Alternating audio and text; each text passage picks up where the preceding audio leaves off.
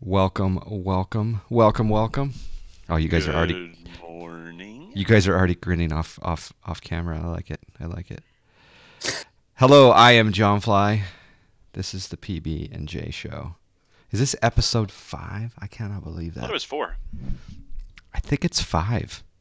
Well, Did good I? thing we left you in charge of counting because I would have Did put I? 4. Did I put 4 I originally? think this is. I think this is 5. Yeah, this one's 5 because the last one I did was 4. Yeah, I was like, wow. Anyway, welcome, welcome. We got. me. Let's see who we got.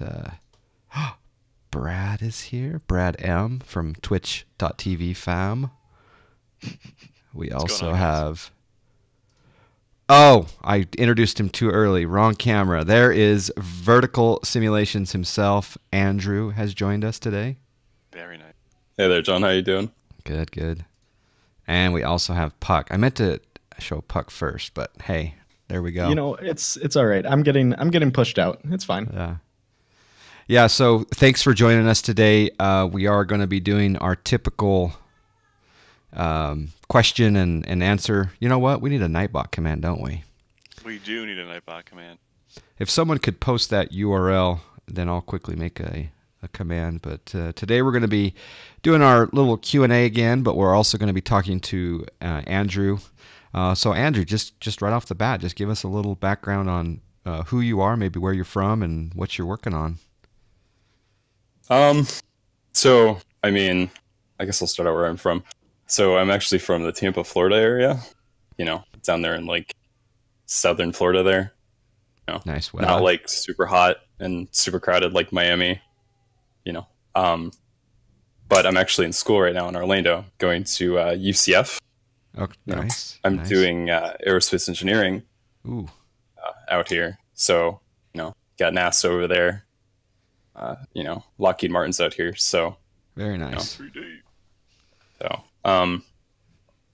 yeah, I mean, right now it's mostly finishing up Corpus Christi right now. It's almost done. All the buildings are in place, all the lighting, everything like that. So, you know, So we get have a a few new guys to do some cool things. we have a new Corpus Christi coming. So tell us a little bit about the product that you the product that you released, Providence. Tell us a little bit about that. So, I mean, do you just want me to start like how I sort of got into it, or do you want me to like? Yeah, just tell us. Well, tell us first Like off. Your why- company is Vertical Simulations, correct? Is there? Yes. And was Providence your first airport, or? It wasn't actually my first one. I actually started out with the freeware Tampa, you know, that everyone knows, the freeware one on the forums. Okay. I actually started out that one because there was just a lack of it in X-Plane. And I was like jealous that they had Fly Tampa over in P3D. That Okay. sucks. So I was like, all right, I got to have my home airport, you know, I just have to. So I started with your basic stuff, like using SketchUp modeling, like very, very basic models. You could just go back and you could see how like bad they were then. You know, but then I was like, you know, I practiced like probably 500 hours learning Blender and all this other crazy stuff. And I was like, I'm going to try and do my first payware, you know, because I got such good feedback on Tampa. Yeah. And after that, I was like, I need to do this. So I was looking, you know, like, oh, what airport I'm going to do? What airport I'm going to do? You know, and my family actually, a part of it, they live up in Providence, or in a small town. Oops. Nice job, John. Thank We you just lost for him. the interview. Oh Good- no! Taking off from there. And he's so part of his done. family lives in Providence, Rhode Island. He takes long walks on the beach. Wow, look at us split up on the screen. It looks pretty good, I must admit. Oh, there we go. He's joining the call. Coming right back. Oh, John, you forcefully removed him. Wow. Wow. Wow. It's like the Very- Gong Show. Doesn't like Providence, apparently. Yeah. Sorry about that, Andrew. Little technical Welcome to the PB&J difficulty. show. Welcome back. I guess this is a normal occurrence. You're on the air, caller. Yep, you're on the air. All right, so you started with the early days. You were learning, you were making your mistakes, you were refining your airport scenery development, and then Providence came about. Yes, well, you know, as I was saying before Discord made a boo-boo, I actually have family that lives in Woonsocket, which is a smaller northern part. It's just a little bit north of Providence. But I was like, oh, there's this whole Providence airport there. It's like, oh, that'd be perfect to do. And it wasn't too big. It was something easy. Well, come to find out, it wasn't with the terminal, but it's later on. And I was like, yeah, I think that would be a good spot to start out on. And Nice. but I kind of released it. I wasn't really happy with it. Kind of like an artist, you Yep. constantly like redo it, make it what he wants. And I was like, version 1 was kind of crap, and I was like, nope, I got to fix this. So then I spent probably like 4 months maybe refining it, just trashing the models that I spent hours on and redoing them completely, and learning things like dynamic lighting instead of just using some stuff I made back then. So but yeah, I think the Nice. latest version I think is it's finally where it needs to be. Yeah. you know I quite enjoy it. I quite enjoy it. I also like the fact that you made some updates, from some initial feedback, and I like a developer that after their product releases that they support their product and continue to refine, and it's exciting to hear that you're working on Corpus Christi. We're excited to see that. Maybe in a little bit we can show some previews here on the stream. The one question I had for you before we get into having the community ask some questions. What do you think about airport scenery activation? Meaning, we know that, like, for example, Nimbus has activation for their Chicago and other products. Some people do not have activation. Is it a difficult thing to do? Is it the key management? What is the stumbling block of why most payware developers do not use activation codes? Well, I've tried to do that. I've looked into it. Like doing custom installers and stuff like that, and just the prices that you have to pay just to do that, it's really not worth it. Mm. I think it was like $400-$500 just for a simple program to monitor them. Mm. And then you somehow have to integrate that into Xplane. And I mean, let's be real here, the activation system in Xplane is just awful. Like having to constantly reload everything after you put in an activation code. Mm-hmm. It's like, I don't think that's really necessary. And the other thing too is, pirates are going to pirate, either way. Okay. So, That was I've seen, oh, sorry, go ahead. Yeah, no, that was kind of what my feeling was, is that it's the amount of money that you would invest in the infrastructure, does it offset that cost? And that was just something I was wondering about. Yeah, I mean, so far I haven't really seen any value to it because, the thing is you can pirate it all you want, but it ends up just making, the developers like us, it just makes us want to quit because there's no point if we're not going to get any money from it, Yeah. And I think, I think most of the people that pirate anyway they probably weren't going to buy it to begin with, possibly, but I don't know. I don't know the dynamics, but I was just curious about that. Yeah, I mean, so far what I've seen, people have been very supportive. I'm so grateful for that, especially for the amount of hours and research put in. Mm-hmm. People just seem like they neglect that part of it. It's like, because I'm sense. sitting there watching like 10 hours of, takeoff and landing footage. Yeah. Watching people pulling up to the terminal at night to try to match the real life flighting distance, on the apron, Yeah. So, but there's a lot to it, and I like the fact that you have that attitude of an artist. It's never good enough. So there's always improvements to be made, and I'm sure that the skills and the whole experience of Providence has led to a better Corpus Christi. So that's exciting. So yeah. Awesome. Well, thank you for joining us, Brad. Go ahead and tell us what's been the highlight of your week. I heard a rumor about what happened Thursday night. How are you, sir? Well, there are some rumors, and they are true. We are on P3D, as probably everybody knows at this point, and it's super awesome, super fun. It is totally not what I expected, but also is at the same time. It's a blast. It's a huge money pit, but it's almost like certainly well spent because the visuals, the experience, and I mean, it's hard to really compare to X-Plane in a way, but really enjoying it so far. So that is the highlight of my week. Very nice. We're on 3D. How about you, Puck? You know, I'm the same as Brad. I finally made the plunge. Got P3D. Didn't want to get the 777, unfortunately, but a lot of people were like, "Oh, get the 777, get the 777." Nah, I like the 787 a little bit more. So flying that around, got most of the add-ons, a few airports, and yeah, it's a ton of fun. Plan on doing a little stream later today as well. So basically, all of the PB&J cast staff all have P3D now. What are we thinking? What are we thinking? Who knows? You know, we need to branch out, like a lot of people said. We need to not be so biased towards X-Plane. And I think the first step is getting P3D, right? The first step of getting over it. I think he's drinking the Kool-Aid, folks. You know, maybe a little bit, but it did come with the digital download. That was part of it. Was the Kool-Aid? The Kool-Aid, yeah.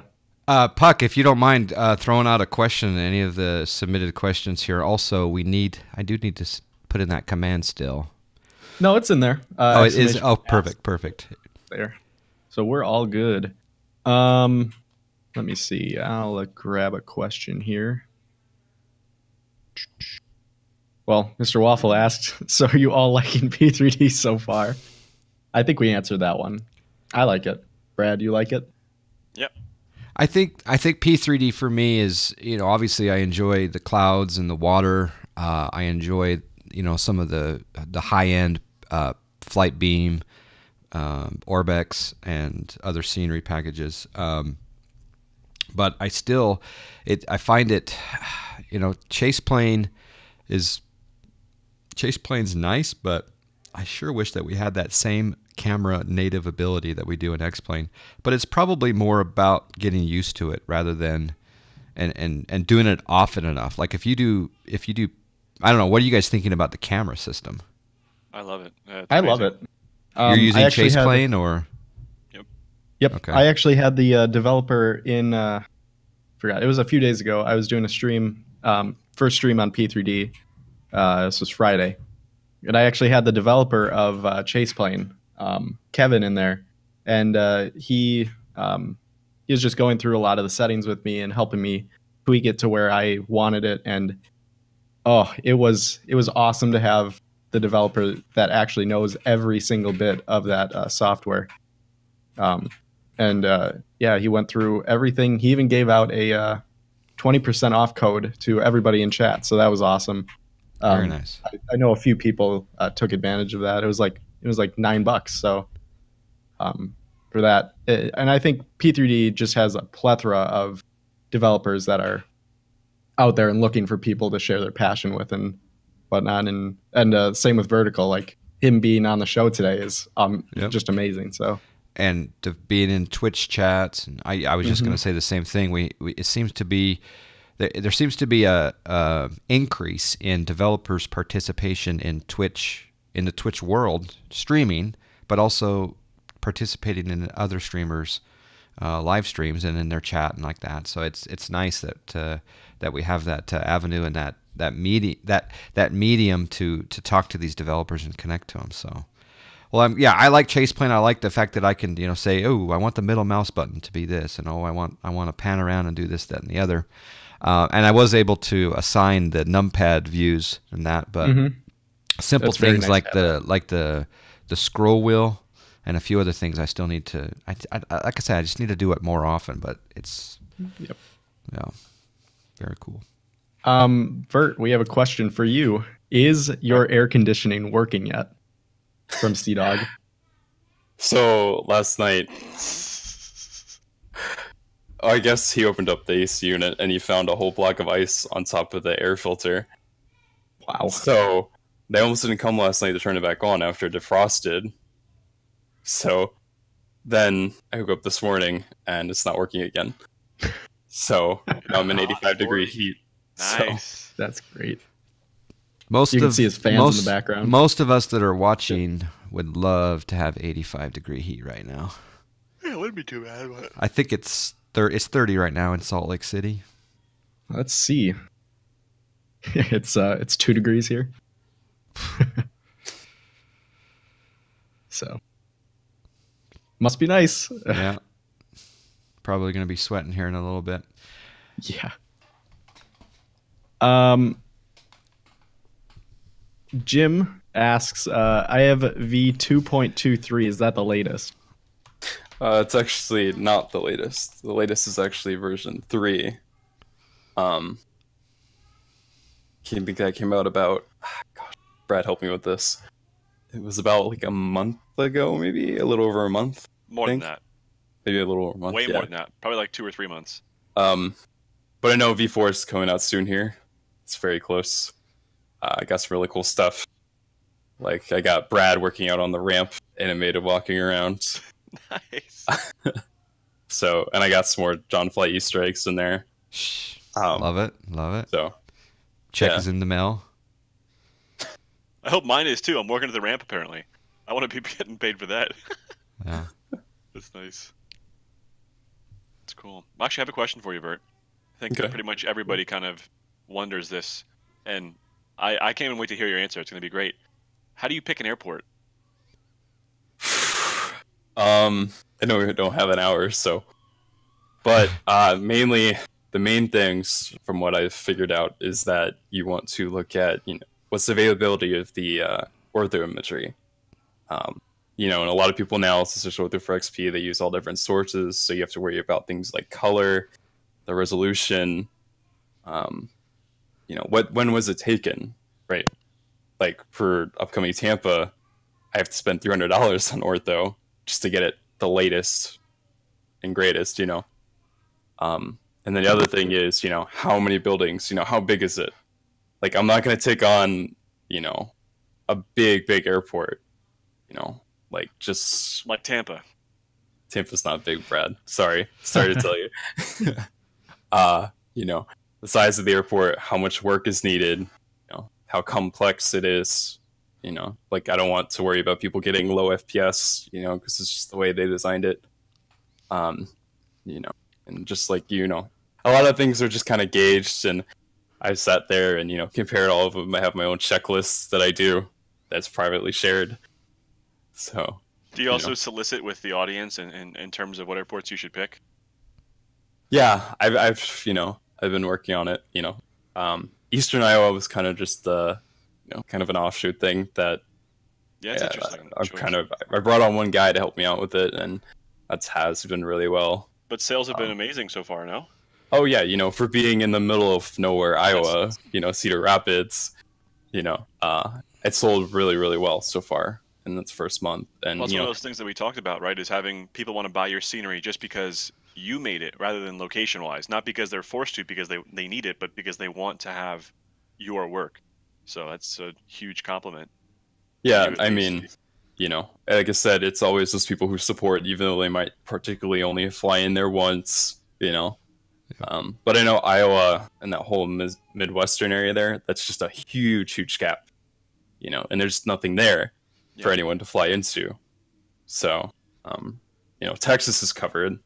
People are asking, oh, why are you doing another Texas airport? Well, I mean, Corpus Christi it's an international, you can't just bypass it,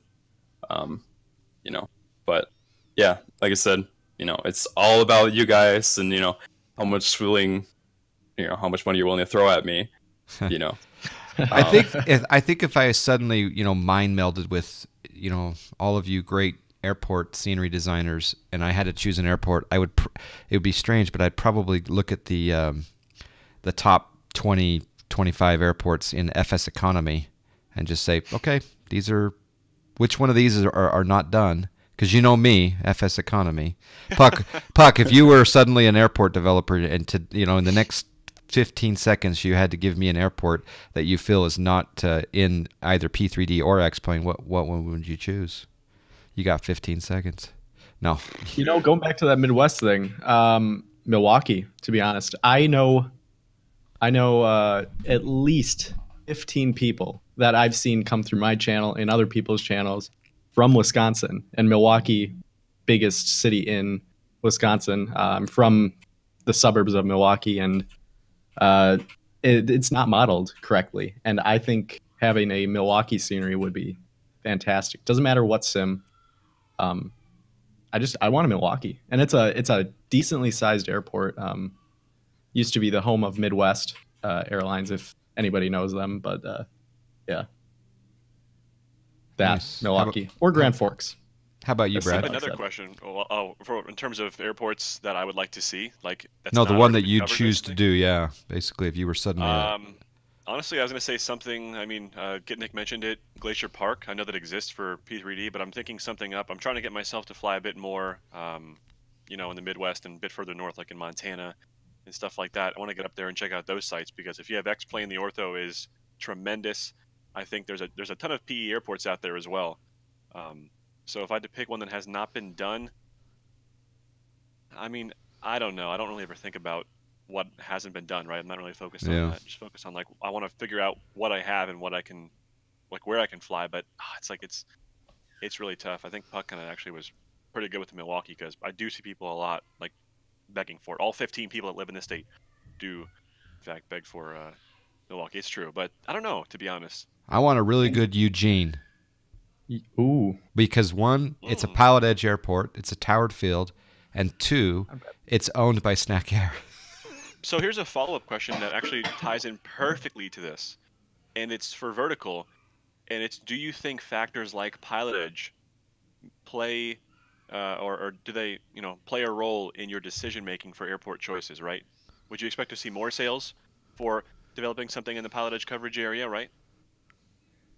I mean, from what I've seen, at least, I'd say mostly from people who watch John Fly, Brad, and Puck, all in that pilot edge area, because there's a lot more people who are active, and I'm pretty much more active on Twitch than anywhere else practically. So I think that's probably in my next project. It's going to play a huge role, I think, in getting those sales because it's a huge airport that's missing a gap in that coverage area. Unfortunately, it's probably not going to be Eugene, but it's something that people really wanted, But put it on the list. I know there's probably at least a list of 4 or 5, but Can you elaborate on your upcoming projects, what the future holds for Vertical Simulations, or is this top secret Krabby Patty formula type stuff? So I know after Corpus, I'm actually going to go out west, I don't know that. Oops. Sorry, that was my Alexa. Alexa, Anyways, order Vertical Simulations Corpus Christi. yep. No? Okay. Double Sorry. that Anyways. order. I'm going out Midwest, or I'm sorry, I'm going out all the way west, and it's going to be in the state of Washington, and that's all I'm giving out now. I know Tampa's still definitely confirmed, because that one's got to be perfect in my mind because it's my home airport. So I'm going to take my time with that one, and I've already gone to the airport 100 times to get some reference photos. And you might put John and Puck inside the control tower, Yes. do some fun stuff with it. Yes. And Brett on the ramp still. Uh-oh. Goodbye. Did we lose Puck? He quit. He doesn't want to be in the tower. I don't know what just happened, but all right. That's a good ISP. Basically, Hey. on episode 6, we're all going to fly together to the same studio, so I'm just... Yeah, I like that idea. Yeah. Yep. At JSNAP 1982 has offered to fund all of our airfares and hotels and food, etc. So Very nice. Wow. I think at Expo we should have a PB&J exclusive. I think that I think that'd be kind of of cool. That'd be kind of cool. PB&J live from the X. Yeah, I am that'd be gonna great. bring my new DJI Osmo mobile gimbal. Hey, there we go. We have that in English. I'm not totally sure what any of those words mean, John. It's a beautiful device. It allows me to selfie vlog and IRL stream, and it stabilizes the image as I run around. It's pretty cool. Oh, okay. Gotcha, yeah. Like a gimbal, like just Yeah, gyro and access, 3-axis and that. Cool. Very nice. Anyway, Are you gonna stream that from Brad's dinner party? Yes. we could do Yes, that. Yeah. absolutely. I'm very excited. I'm hoping that we can get enough people to completely just buy out the restaurant that night. That would just That'd be the nice. most epic thing ever. Just be the biggest party of a lifetime. Be fun. Yeah, We'll see. for sure. Be there, guys. Be there. Vertical, you going Orlando. to the expo? Well, duh. I mean, I live in Orlando now, so Will we Yeah. see a Vertical Simulations booth? gosh, no, it's like $500. Actually, here's a question. Speaking of money, I want to get your input on this. What do you think of the SAM as a developer, right? As a smaller developer right now, give us your input on the SAM. If you guys don't know, the Scenery Animation Manager is like, hot off the press, the new cool AutoGate, uh, you know, V2, let's just call it. I'm curious what you think, and do you use it? Do you find it beneficial? Do you think it's maybe too expensive as a small dev for one scenery? From what I've seen, and what I've worked with so far, with Sam, it's a really good plugin, and the guys over at Airport, they're really nice. They even offered to animate some stuff for me. But as it stands right now, I think unless it's a bigger airport with double jetways and or like triple jetways, it's really not worth it per se.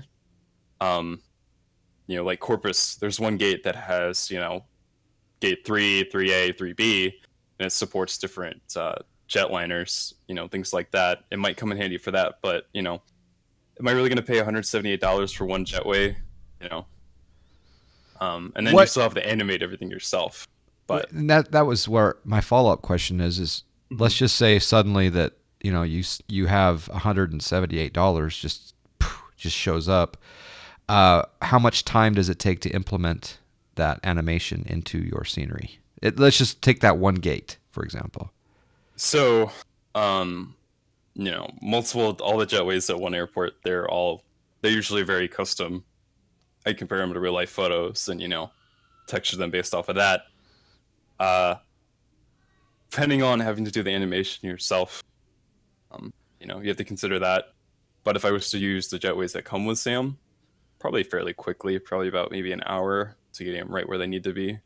Okay, I was just thinking that there are possibilities for sponsorship for jetways. For example, if someone said, "Hey, I will put your logo or your name on the jetway if you sponsor it for this airport," and then suddenly you have $180 donation, but it doesn't include the time. So that's definitely like the GSA, for example, that'd be cool. could pool together for a or an individual streamer could have a logo up there, or a developer of an aircraft, for example. There's sponsorship opportunities potentially. I know that the GSA got their logo on the train, the tracks, the light rail at Salt Lake City, and we've just blown up since that we've had that advertising running around the Salt Lake Valley on that train. So, but no, it'd be kind of cool to some people to be immortalized on a jetway and to offset that cost. That is a very good idea. I have one more question for you, Vert, at least for now. Mm-hmm. How big is your team? Is it just you? Do you have more people that work behind the scenes? Or do you outsource other operations like animations to others or stuff like that? Right now, it's mostly all done by me. I've been, training. I don't know. I'm sure a lot of you guys, who watch Captain K-Man of, Hasligen. I've been teaching him a lot of this stuff, and he's been really helping me out with that. Of course, him and K-Man are World Traffic 3 experts, more than I am. So they've been helping me out with that, writing different airport operations files and things like that. Like K-Man helped me in there. Help me program in all the Norwegian routes out of Providence, stuff like that. It's you use all your resources that you have, Yeah. Like I even used my girlfriend to help me out because she has a really nice camera. So free work. Nice. Exactly. So that's awesome. Let me do a quick volume check on you, Brad, because someone was saying you were light. Let me just turn you up a little bit. There you go. Turn me up, baby. Okay. Turn me up. It also could it be distance to the microphone? Maybe, I don't know. No, it's just normal. Just okay. Cool. Position. Thank you for the heads up, guys. Appreciate that. Question for all of you. If you haven't answered this already, what do you think about PMDG coming to X-Plane and or discontinuing their development for P3D? First off, in no way did they say that they were coming to X-Plane. they don't know what it's going to hold, and they're not discontinuing development. They're only discontinuing it for V3 and or legacy. 32-bit. They only said they're 32-bit, ceasing yeah. They are coming to 32-bit. X-Plane though, And they are definitely- coming to X-Plane, yeah. Yeah, Yes. They have They plans. just haven't put out a timeline. Yeah, no, they said that the quote that came out today was they're going to dust off their plans for X-Plane. And because they're sidelining the 32-bit products, they're going to have more resource to port or develop for X-Plane.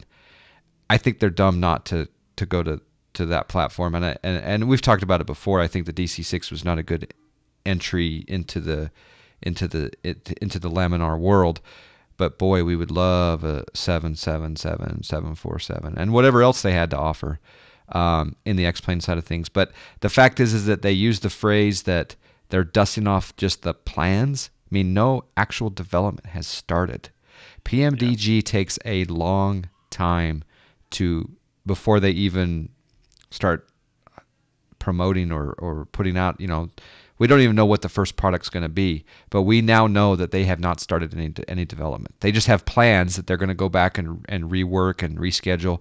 So I think we're talking probably at least 2 years, if not more. That's a guess though, but I would welcome them into the world. That would be awesome. Yeah. I also found it fascinating that for all this time, they've never had their own forums, and they finally broke off from AvSim to create their own forums, and I found that fascinating.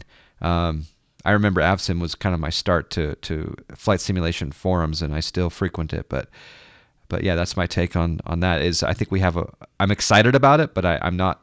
I think it's years away. So. Yeah, it's one of those things you can't get hyped up about right at the moment because it's not come to fruition yet. But I mean, we've been waiting, a while for certain things, so why not wait longer for that? I see somebody in chat saying that PMDG could never charge the prices they do in X-Plane, and I think it's completely false. You make a premium product, you charge a premium price, people will pay it. I mean, look at the way that the trends are going with add-on pricing these days. It's exponentially higher than it probably ever really has been. Yeah. And it's only going to continue to go that way. And if you put out a premium product, people will pay. It's a lot of P's in one sentence, but yeah, you get the idea. I'm super excited for it. Will pay. I don't know. I love the 777 in P3D. It is unlike a lot of things, but it's super, super cool. That is money well spent. If you don't own it, you probably do. A lot of people still use FSX and P3Ds, but I think it's a really, really cool plane.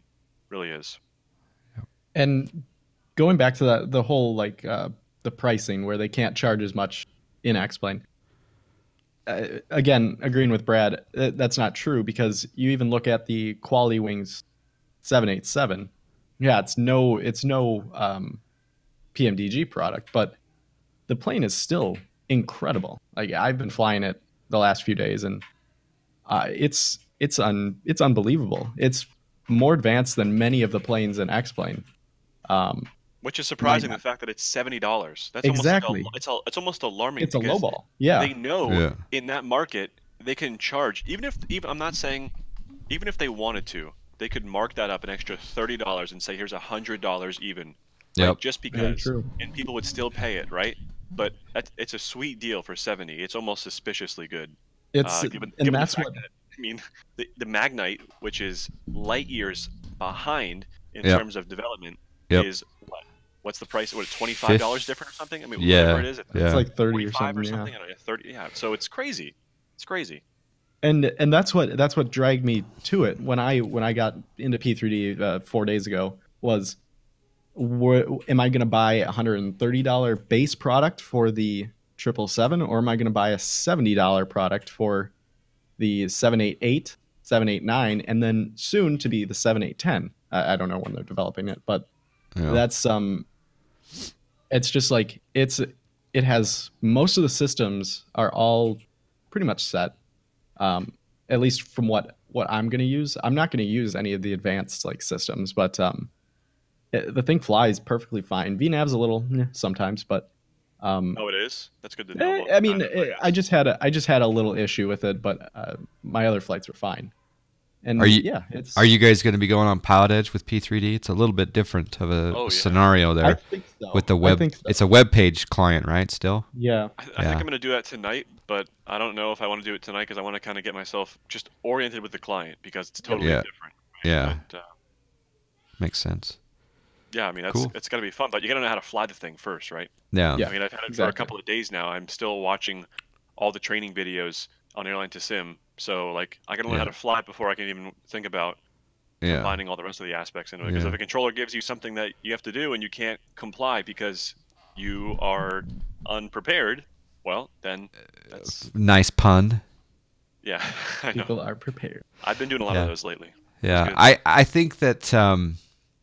Well, going back to the PMDG for just a moment, I think that if PMDG said, "Hey, John Fly, here's the 777 today, fully functional in X-plane, but you have to pay $130." Well, for me personally, I'm buying it instantly because just no-brainer. Just because I want a good 777 that's solid and I can trust and that. So that's the bottom line for my opinion anyway on that. Yeah, I agree. The X-plane bias is starting to fade on this channel, on the PB&J show. It was weird I did P3D on Thursday for 2 flights, then went over to X-plane to show off the Corpus Christi by Vertical, and it was like a different world. First of all, it was amazing how much. I mean, of course, my sim's only a week old. I'm still tweaking it and kind of tuning it, but it was amazing. Just the smoothness and the stability, and even the visuals. Of course, they, in my opinion, are far greater in P3D. Like I went back and I was like, wow, like these are still like in my mind, like really, really awesome, like almost just as good as minus ortho. Yeah, minus the ortho and stuff like that. But I mean, it was a really smooth flight. It was really weird though because I was doing the whole chase plane camera thing. Yeah, I kept hitting the wrong buttons, but I missed that stream. I don't know what I was doing. What was I thinking? What were you thinking? Once in a lifetime, John. Never. Sorry, guys. Just the one PD. Done. He's done. Everything. I'm returning it all. It's done. I saved the receipts. Sorry. Was it? Yeah. I want to. Yeah. Yep. It was good stuff, but. Cool. Well, you guys are asking lots of questions in the chat room, so be sure to redirect those awesome, amazing questions into the Google form, !ask. We'll get you that way because, like I said, I can't answer JSnap's question because he didn't do the form properly. Well, that is something that I want to get to, though. All right. We'll pretend he asked it. JSnap asks, what does it feel like to fly on rails? I heard forever about this whole on the rails thing. I can honestly attest that in the 777, when I flew it, these past couple of flights, I've done 4 or so now, it honestly, to me, does not feel like it's on rails. I can't describe how it flies, but I don't understand the whole on the rails thing. I'm not totally saying, oh, yep, this is point and shoot. It's not like that. Even though it has a fly-by-wire system, it's not like an Airbus, right? And it's definitely not point and shoot.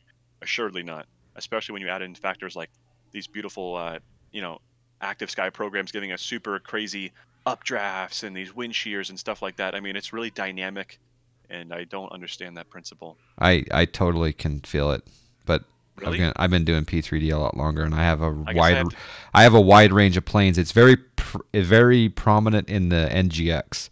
But I could be that's that could be potentially because it's an old product, but I think I might still be in the honeymoon phase. Right, and then the other bad. The other question is how far out did you disconnect the autopilot on the approach? That's also a very Yeah, it's true. It's a variable. 1,500 really or so. And sometimes people talk about those rails in the last little bit, like as far as the weather and ground effect and different things like this. But yeah, no, I mean the 777 may have a different flight model design than the NGX. Yeah.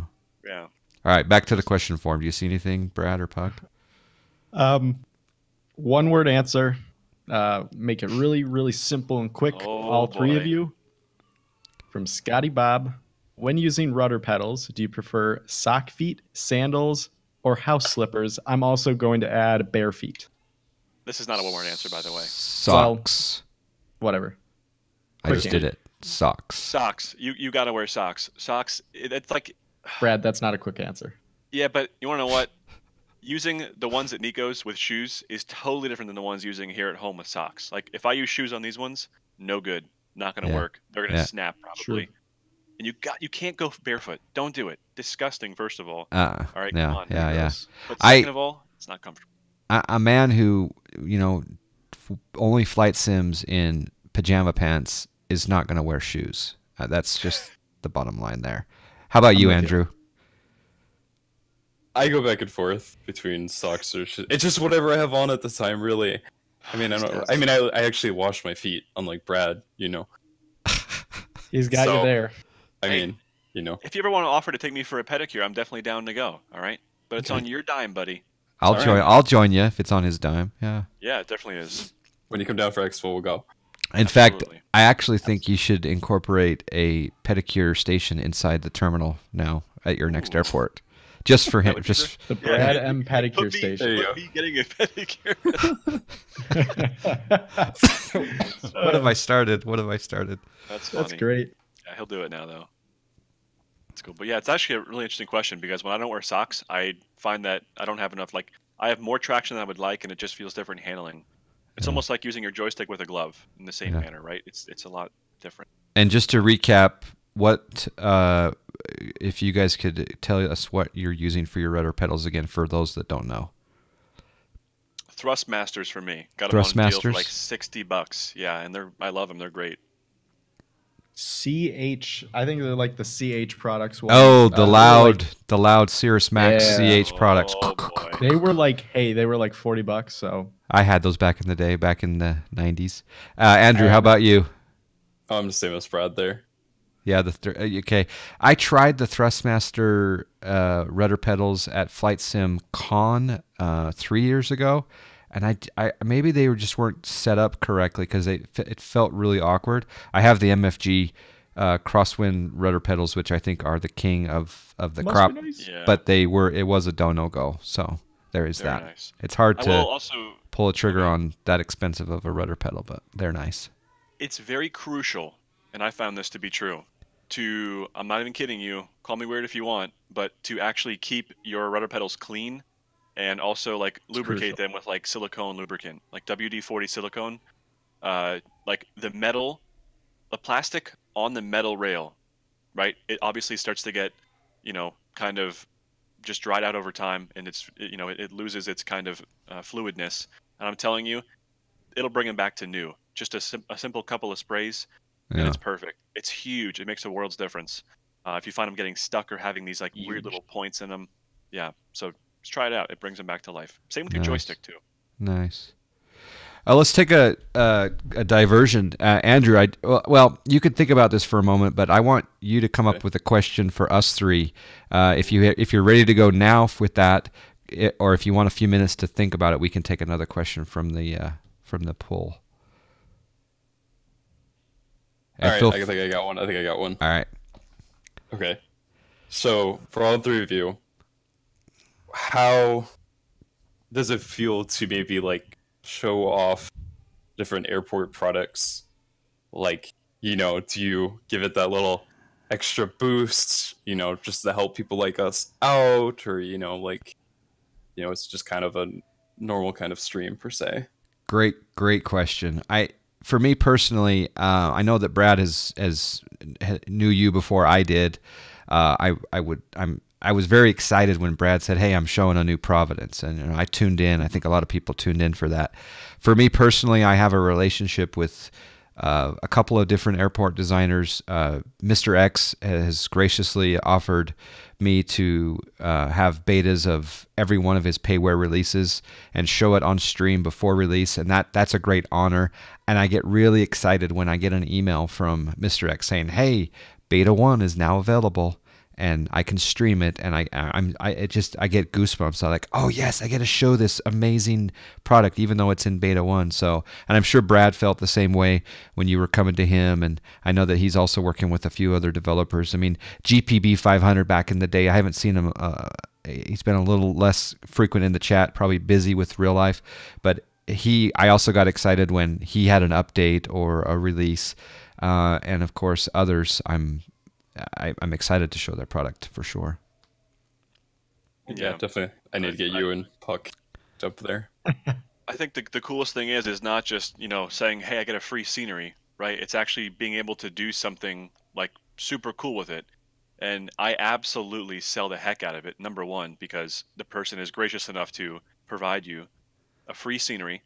And the least you can do in return is show it off to its full potential and to make sure that hopefully that translates into sales. And Yep. yeah, like very fortunate to be able to partner with a couple of guys here on my end and do that. And it's super awesome because it also shows you guys, it gives you the chance to say, hey, before I buy this update, before I buy this new airport, I want you to show me X, Y, and Z at this specific part in the airport. I want to see if it's there, right? You're not going to find that on pictures or YouTube videos, but live Yep. in a stream, you can say, Yep. Brad, go over to here, check this out. I want to see it. Boom, right there. It's the live interaction is crucial with that. But I think showing off sceneries is something that a lot of developers should get into because, I mean, it's in relative terms very cost effective, right? You have 100 people watching, right? You have one person streaming it. I mean, you create the hype. You're creating this aura around the product, and when it Yep. releases, you're able Yep. to hopefully translate that into more profit for the developer. And of course, somebody like you, we are very happy to support because Yeah. you're pumping out quality airports at a suspiciously fast pace, right? Yep. It's almost unreal, to be honest. Yeah. And Yeah. yeah, we want it to keep going, so we're going to definitely support I- you. No questions asked. And Could- might I add, suspiciously low cost. Okay, Yeah. go ahead, John.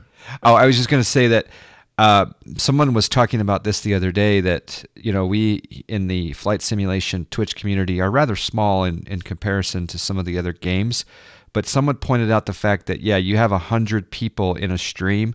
It just so happens that those 100 people are connected to 7 other Discords, and they have 15 close friends who they talk to. All of a sudden, this branches out, and word spreads. It goes quickly beyond. So it's amazing how powerful 100 people can be in spreading the word of a new release. And so I'm like you, Brad. I love for it to translate into sales, and that's kind of what I was talking about. That whole activation thing is I really would like to see a cheap, easy serial key situation for airports because I want nothing more than the developer to get the full what they to keep them motivated to keep going. But yeah. You want to know what's interesting about that is I have found, this is very actually cool enough to be able to find this out, is that every single airport that I've currently bought for P3D, they all require license keys, right? Every single one. Yeah. Yeah. And I wonder, where does the discrepancy lie in between these two platforms, Yeah. right? Yeah. Is it because that P3D potentially and FSX as a legacy product have potential to have a larger market share, thereby more potential for pirating, right? Mm. Or is it just because simply the coding is there, the logistics are there, the work's already been done in terms Yeah. of putting these systems in place? I Yeah. mean, are people moving towards them or away from them is what I'm trying to kind of figure out and get a feel Yeah. for. It's Well, really I had to interesting. activate the new Nimbus today. I had to use a serial key, and I don't know how easily it is to get around that, but I applaud them incorporating that. Unfortunately, they have to do that just because it's in the world we live in. But yeah, Yeah, great question. Great question, Andrew. Go ahead, Puck. I haven't really gotten to talk a lot with developers, but I guess the most recent like instance I've had with a developer, talked a little bit about it, was with Chase Plane. The developer was in my stream during my first P3D stream, and yeah, he was giving me like tips, tricks, like what he's going to be updating next. We were going over some troubleshooting, which was caused by just some corrupt file or whatnot, where it would just lag, and if I was on cinematic, it would like jump and skip and whatnot. And so stuff like that is just awesome to have. Not so much by the troubleshooting standpoint, but it allows your viewers just to be able to see what they're going to get. And he was even gracious enough to do pretty much a 20% off discount just for that stream. And I think three or four people were able to get in on that, and that's like $10 savings. Yeah. So for developers to be able to do that and to go and talk with streamers and get their input is fantastic. And Yeah. it just allows us to show their product even better. I've even had a few people see a beta or preview copy and point something out to me that I didn't see that actually was a bug or it was a fix that was needed. So they've we reported back to the developer, hey, we noticed that this is a problem with this, and they fixed it. So it's almost like you had several beta testers watching at the same time that you're beta testing. I caught a runway signage error once, and that was kind of handy. Actually, this is actually really, again, relevant to the whole thing here, is that when I showed off the brand new Nimbus update a couple weeks ago, there were still some things that needed to be corrected, like mainly just a runway number swap. But he wouldn't have caught that. Like people in chat told me that. I actually had one guy write up a list and send it to me of what he noticed, and I sent it off to Nimbus after the stream, and he was like, "Thank you for catching this. Like I'm gonna put it in the new update before it hits the store, right?" Mm-hmm. So thereby saving people, right, potentially 2 updates. It was huge just to have something like that. It's almost like a quality assurance check in a way too, because Yeah. the developer, like Vertical, gets to see his airport from a different point of view and perspective, and he's looking at things that he doesn't know. Like, right, so I go to a new airport like Corpus Christi. I'm checking out every little thing. Yeah. He maybe didn't go to that area because he was too focused on something else, for example. So Yeah. it's an interesting dynamic, but it's very, very awesome. So I will admit that I don't have time to go through and on my own outside of a stream. I don't go through and really properly beta test. But I think that when a developer comes to me and hands me a product, they're not necessarily looking for major feedback from they're more looking for what our feedback is welcome, but I think they're looking more to get the word out on this new product. So great. No, this was a coincidence in that. Yeah, great question, Andrew. Yeah, Puck, take it away. All right. Go in here. Let me see. Wow, Thorder put in a absolute paragraph, so we'll save that. Captain Beanie asks, as a scenery developer, what do you find harder to make with a small airfield where tiny details can make a big difference, or larger airfield? Wait, sorry. Which would you find harder to make? A small airfield where tiny details make a big difference, or a larger airfield with the complexities that come with making something large? There we go.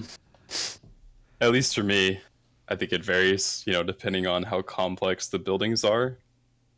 Like Eastern Iowa, that was something else, because you had the curved architecture. And, I had to go back because people are like complaining that the wood wasn't matching the curve 100%. So I had to go back and fix that up a bit. But just the geometry, depending on how complex geometry is, curve stuff is usually slightly harder. Especially learning things, how to do them, sort of stuff like that. And then the larger airports, you can get away with a little bit more. Like, you don't have to have a 3D car in every single 2D car, But with regionals, you kind of have to get those little details, Like I just did that the other day on stream. I got the special light posts that they have at Corpus. I saw that. They just put in. Of course, Brad was having fun in that chat. Things like that, and then matching things like the light color. Like, do they use sodium lights or do they use LED lights? Just all in the airport itself. And that's the one thing that always you have to make sure when you pick one. You're like, oh, this is really small and there's only like 3 buildings, but are they like 1,000 polygon buildings? Yeah. Something ridiculous. So, it's just all in what it is, and that's where you get surprises. So, but it's fun to watch you stream. I like that. If you guys don't know, VerticalSimulations does stream every so often, occasionally, the development of his airports, and it's super cool because number one, I know nothing about that, and number two, it's just something fun to watch, just to see how the proverbial sausage, is made. Right? Of course, you pay good money for these airports, right? It's cool to see the work that goes into them, right? It's not just slapping a predefined and pre-made object. You should have seen the work that he was doing with that light pole specifically, because I recall that stream and it was really advanced, and I was like, thank God that I am not doing this and that we have somebody else doing it, because it looked really time consuming and really frustrating. But he knocks it out like nobody's business. It's crazy. It's very cool. Yeah, very cool. Puck, take it All away. right. Sorry, this another generic question for all three of us, or all four of us. Sorry. If you could purchase something with $100,000, it would either need to be a $100,000 plane or a $100,000 sim. Which would you pick at this moment in time? Plane. Oh yeah, plane. Plane. Real Okay. world Just plane. just to put it in perspective, Nico told me yesterday that his new MCP panel, 150K. So let me know how far that 100 is going to get you in a cockpit. Oh. Well, but the other No, I thing know, too, yeah. if someone came to me and said, "Listen, I'm going to give you a brand new 172 Skyhawk, or I'm going to give you a brand new Level D 737 simulator," I'm sorry, I'm taking the Skyhawk.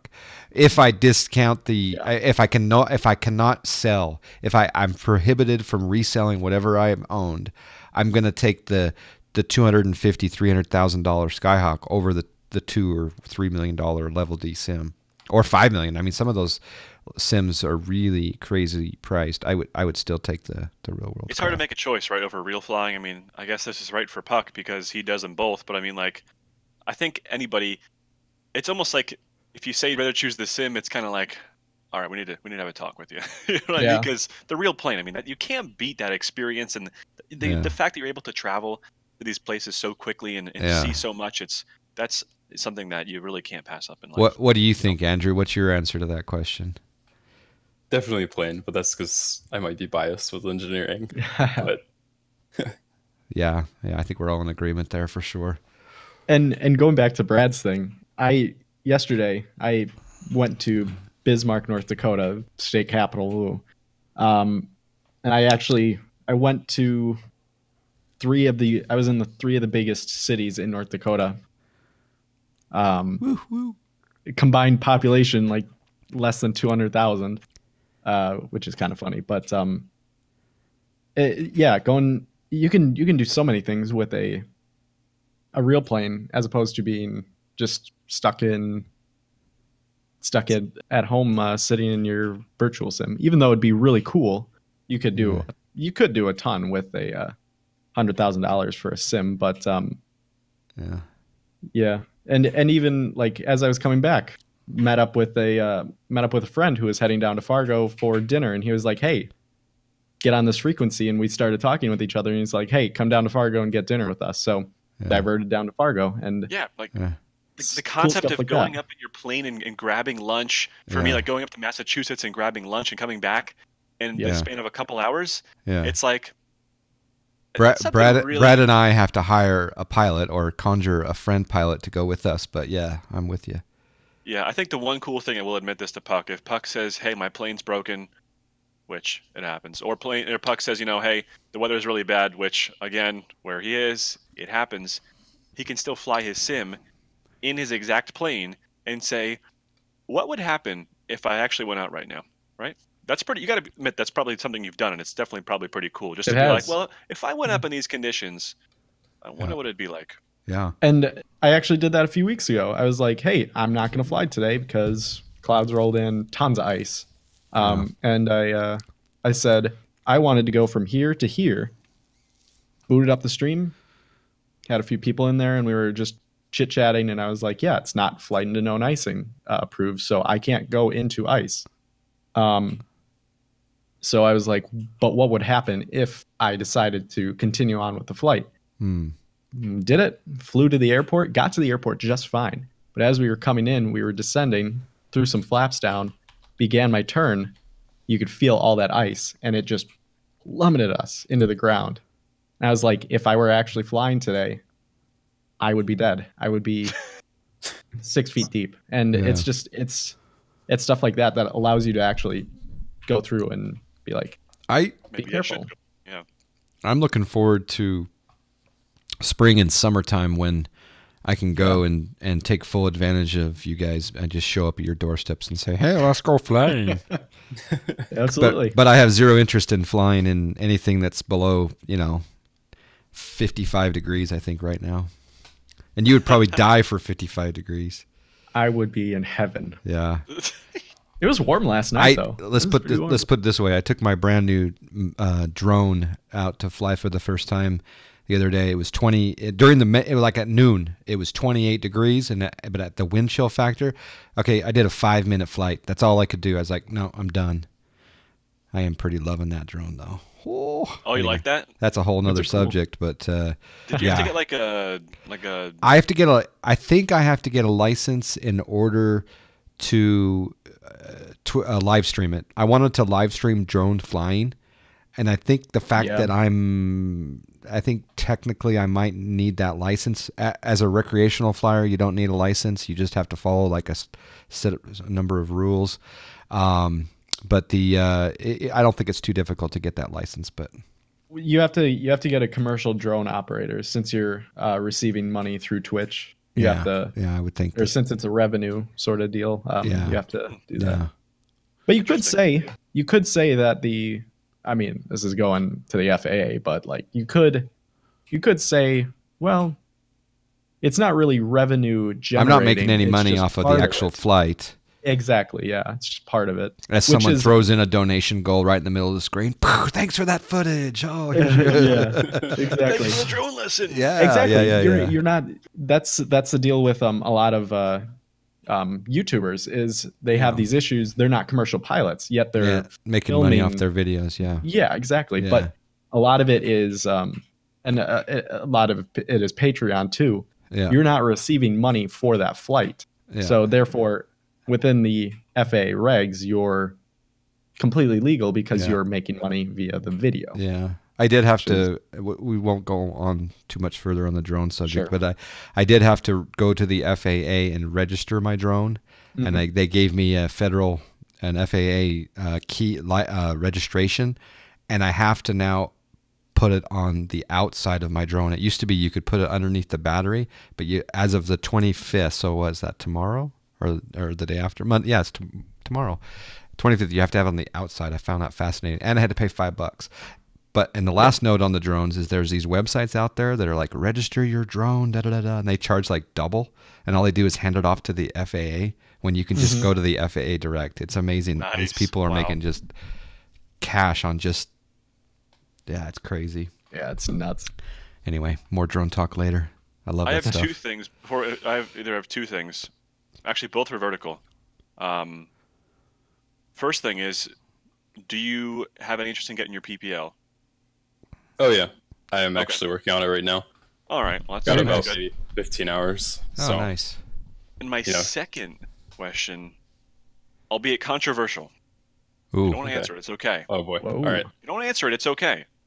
Of course, you have your own website, right? And you do plan on selling your products through your website, right? Mm-hmm. Going forward with your developing career, rather, do you see yourself potentially leaning more towards selling the stuff on your own website, right? Or selling it on sites like SimMarket and the X-Plane store, where, of course, they do take a revenue cut from you just for having it on their hosted site? I mean, I've done the math, behind it.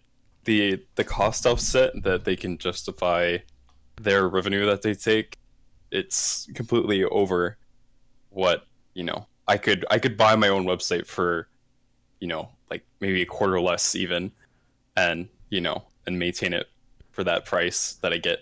Like, I think last year, probably in total, ever since I started, I've probably lost about $1,000 in revenue.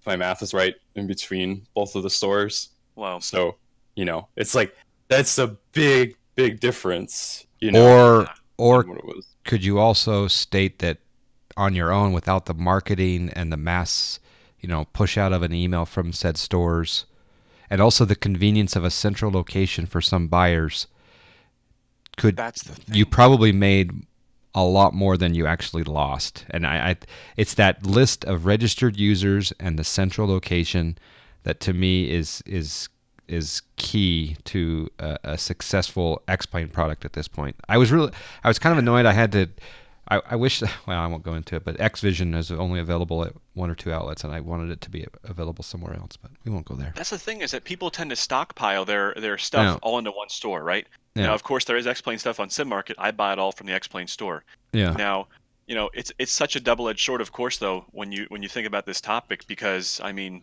you have people like Vertical who are, I mean, they deserve all the money they can get. Yeah. But at the same time, you have people like Tropical Sim who did Aruba for XP11, and he said, "Nope, this is it. I'm done." And I looked at it and I said, first of all, you didn't advertise this. You put it on Sim Market, where it just disappears into the masses of products that seem to release every single day, right? It's hard to be like, I want more money on my own site, but at the same time, you have to understand, I mean, like that X-Plane store reaches, I mean, exponentially. I mean, it's almost, people don't even understand, though, that it's not affiliated with X-Plane in any way. Yeah. Right? And they don't, but as an average consumer, and the same thing with me when I first started, I didn't know that. I thought this is the place to buy my stuff for X-Plane, right? So it's really tough. I think it's a double-edged sword, and I mean, Yeah, I have to admit, because I have a relationship with the X-Plane org store, I'm very pro that store. Not so much because there's things like, for example, Carenado product. They don't give me free Carenado product. It's just Carenado doesn't allow them the freedom. Some developers will allow the org store freedom to share some promotional products, but Carenado, I guess, does not. I have to wait, for example, for this. I want to try out this 340 that just came out, but I have to wait the 2 weeks or 3 weeks or however long it's going to take before it goes onto the org store. But that's just an example of my wanting my stuff to all be in a central location where I can go and now there's versioning and I can see updates. But I will say that I wish that outside of the storefront, I wish that everyone, regardless of who they are, would use the Skunk Crafts updater. Sceneries as well as aircraft and utilities. I would love to have a central location for updates that is automatic. It scans all of my, like right now, it scans 15 different aircraft and says, you need an update for this. Boom, grabs it. Yeah, it's true. It is, and it doesn't instantaneous. And maybe it needs to be, an independent body that handles that rather than, say, Skunk Crafts. But I love that central location for updates. But yeah, I'd prefer it if it were outside the sim. Just my 2 cents. I think. Well, either way, it's a central way to update. I don't mind launching the sim at like you and I do. We launch at midway, and I just run an update at midway in the Skyhawk. It takes 2 seconds to load up at midway. But you're right. Independent of the sim would be nice also. I mean, I love FTX Central, for example, for the Orbex to be able to install, purchase, and update all of the sceneries for Orbex. That separate application from the sim is nice for both P3D and X-Plane. So. I gotta admit, I had a real tough time with that initially, just because I own Orbex scenery for X-Plane, but I had a real tough time with the P3D stuff. I'm not sure if it was like busy servers or what, but my installs got corrupted for the Orbex stuff, and I went back to re-verify all my downloads, which is something I strongly recommend. Mm-hmm. And I was missing hundreds of megabytes to gigabytes of data, even though it said completed and installed and everything. Didn't have that problem, and I just recently installed like 25 different Orbex stuff for P3D. I must admit, even though I had those issues, I cannot even. I mean, I have never received such fast customer service on the Orbex forums. It was ridiculous. Nice. This one gentleman, Nick, was just instantaneous with helping me out. Got it all sorted out. No problem. So it wasn't a ticket; it was an actual forum post. I just messaged him on the forums. I saw that he was helping a lot of people out. I said, "Hey, just ask him." Here we go. Nice. Anyway, what's your response to our answer to that question, Andrew? What do you think? Any other additional thoughts on that? I mean, I know the biggest thing for me too is having my own stuff. After you release maybe because I know I'm gonna at least at the minimum do like 6-7 airports. Hopefully within the next year. Yep. I'd like to do my own updater per se. But my airports aren't very big. They're like really reasonably small for what they are. But I also get the control that I don't have on the X-Plane store. Like everything that I sell, I can finish it a couple days and then I have to wait for them to put it on the store. And, it's like, oh, I told people I'm going to have it done then and have it out by then, but then something interrupts it and I don't have a direct line to do it. And if there's an update, I have to wait again to do that, and I can't, if there's an error with it, I can't go in there and fix it because we don't have that control. Yeah. So that's the other thing. At least even with SimMarket, I can pull it really quick. With the Explain Store, they all have to do it on their own, and I can't control that, But it's just at this point, it's like Explain Store. It's kind of become a monopoly in its own way, and I think that's explained why like GPB didn't put his on there, because it's not really justified in what they do. I don't think it's, at least from my understanding, morally ethical at all. Because it's just, people don't see the backside of how much work we do. Like it's research, learning, development, screwing around hundreds of hours, in a 3D modeling program, and then you texturing and making sure everything's aligned and buying ortho imagery for $162, Yeah. And that's when people are like, sorry, go ahead. Yeah, no, I hear what you're saying, and I appreciate you sharing the thoughts. I think that there's a lot of costs involved with their website and their download infrastructure and their forums, and I think they're, of course, they're in the business to make money, right?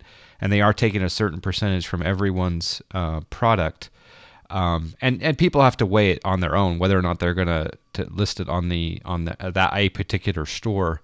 It's kind of like, you go to Walmart, there are several products inside Walmart, and Walmart takes a cut, they even strike deals with people for volume and different things. And I think that they're, you do have at least a dozen different stores that sell a lot of different X-Plane and P3D products. I probably help said organization become a monopoly because of that desire to not want to have to log in 12 different places to go and get the newest updates and find out the new products. And I like the centralized location, and so yeah, but I hear what you're saying. Yeah, I mean, at least in my opinion, it's not so much that they're taking out, that revenue, but it's at the ratio they're taking it out. Because I'm going to give it straight. It's like, well, there's industry standards. 30%. There's 20 to 30%. Yeah.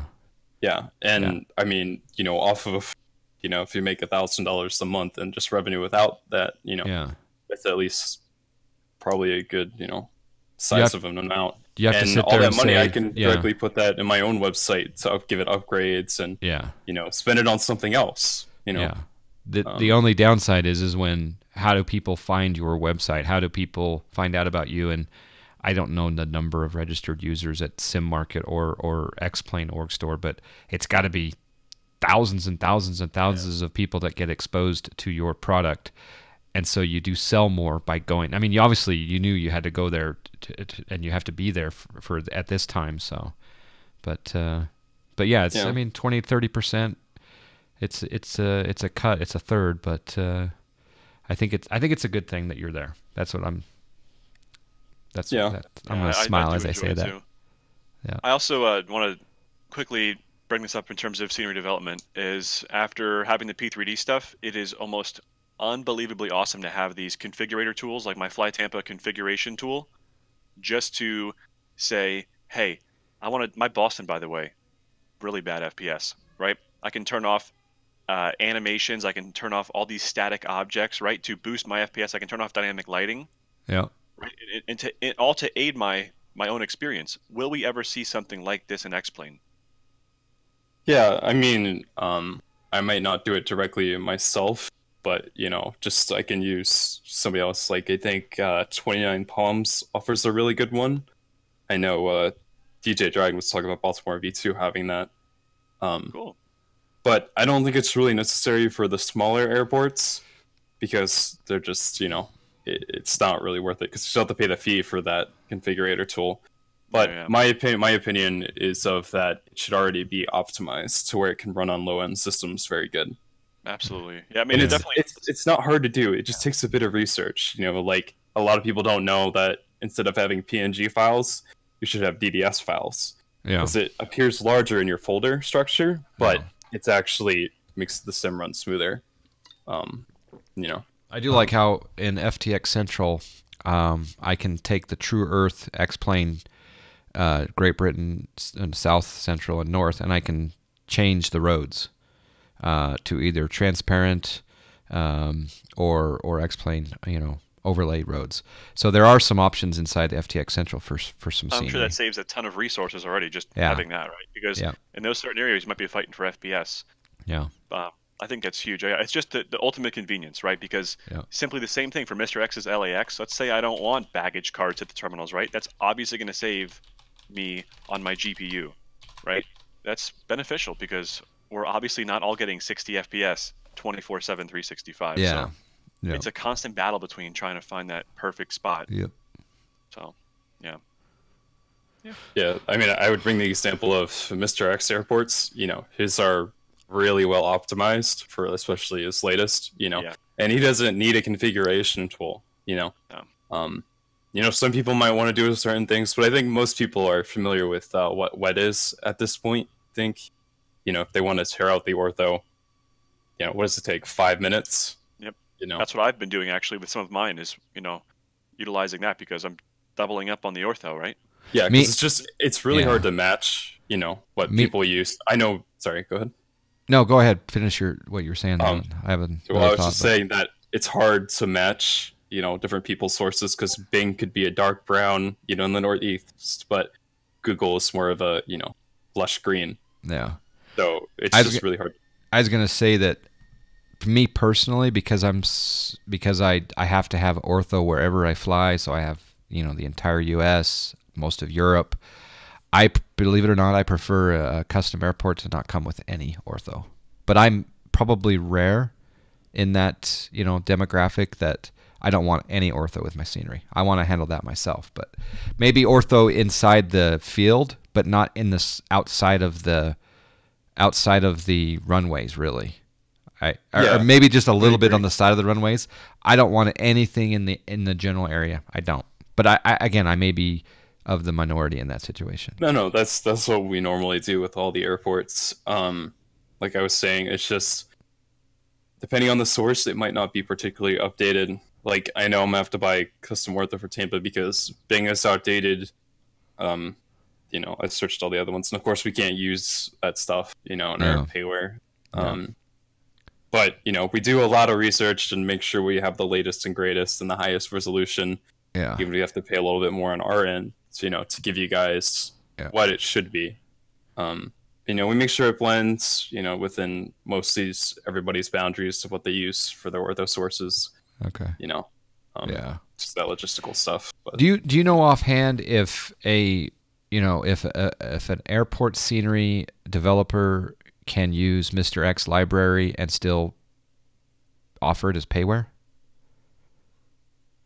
From what I've been aware of, I've asked a lot of other people too, and the most, like 99% of the time, is no.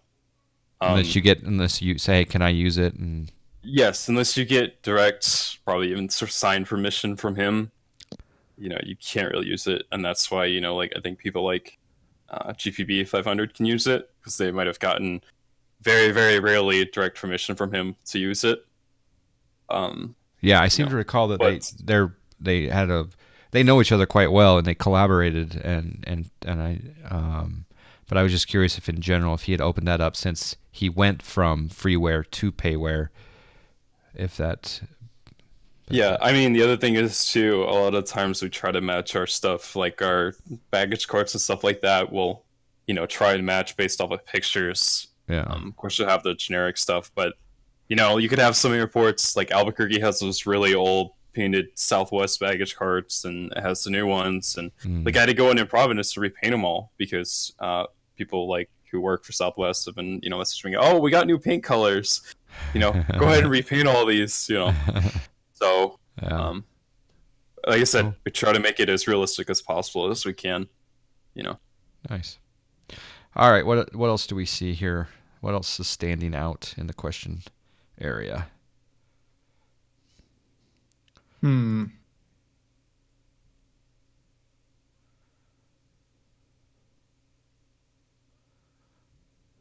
Thinking long and hard. Huh? I'm just looking through them all. I Reading the haven't book looked through over them there? in a little bit. Yeah, of course. We could open it up to the chat room here for a moment if you want to. Well, here's one really quickly. With your aerospace engineering knowledge, do you think you'll venture into developing a plane at some point? Well, that was the funny thing. I don't know if you guys know. I'm sorry, I can't remember his name. It's one of the Fly Sim developers. I know he streams, and he actually has. I think it was it mechanical? I think a mechanical or electrical. And he's developing airplanes. I'm working on my aero degree, but I'm doing, scenery. So it's like, right? that's really, JSNAP. There you go. Yeah. So it's a funny inverse, but I think it's a possibility. It's just that my type of engineering, like there's different sections inside of aero. I'd be mostly the structural type. Like I really love working with like rigid bodies and structures and things like that. So. But right now, I don't know. But Tyler, Flight SciTech is his old name. Flight Passage, yeah. I think it was JSNAP. I think it's JSNAP. Well, he's saying, yeah. Sure, whatever. Continue on. Yeah. Anyways, But the other thing too is I really don't think there's like a market for aircraft right now because most of them are already done, like the big ones that everyone wants. Like I know guys are doing like the pocket rocket even, Great like plane. that. And of course, you're gonna have to compete against the big dogs like PB&J eventually, and it's like, I feel like there's more of a need for scenery rather than aircraft right now, because when I load up a random flight, I'm like, oh, I can't fly here because there's not scenery made, It's like I'm not gonna look at this hideous autogen. I can think of about 12 planes right now that I want done desperately, and the thing is that scenery I'd use, like there's a scenery, I buy it and I maybe fly there 3-4 times in a year, but I like to have it when I go there and I keep it maybe in the quarterly rotation or whatever. But the planes I'm flying constantly, so. But it's all about whether or not you're interested in it, because I don't think if you love and enjoy that, developing a plane from the ground up. I mean, if my life depended on me developing even a hang glider in X-Plane, I would be dead. But yeah. I love the scenery. I'm like a huge scenery snob now. It's the problem is that, like to me, it's the most important part is taking in the atmosphere. Like the plane is a huge part of it, but taking in the atmosphere of the location you're in. And then once you arrive, right, like you don't feel there unless you actually can see that you're there. It's one of those things. And like landing at an airport and being like, wow, like this is, the real rendition, basically. It feels like, it's, first of all, you feel like you're getting your money's worth. But second of all, it just feels satisfying. I mean, of course, the aircraft is the main part of the sim, but that scenery really is almost taking it's a big 1/50 for me. A big value add, yeah. And I will say that being an FS economy pilot, I have landed at my fair share of airports that have nothing, and it is kind of a yeah. Yeah, I mean, the biggest thing for me is I always like hearing messages from people who like live in those areas where I develop, and they're like, oh, there's that bridge, and oh, there's this hangar that I flew out of in 1996 or whatever. And they just recognized all the landmarks, and the detail we put into them. And I think that's a feeling that, you only get when you develop scenery. Yeah.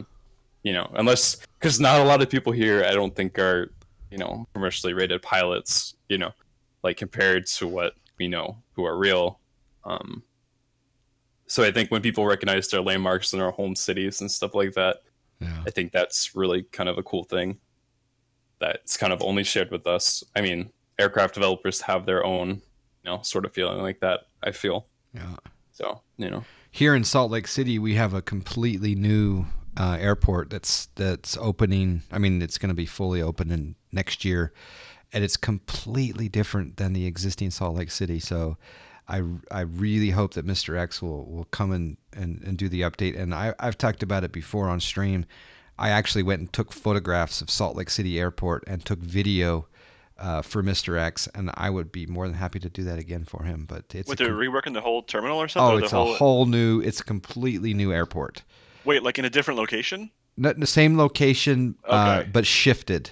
And new terminals, new gigantic terminals, new gigantic parking garages, a lot more gates. It's yeah.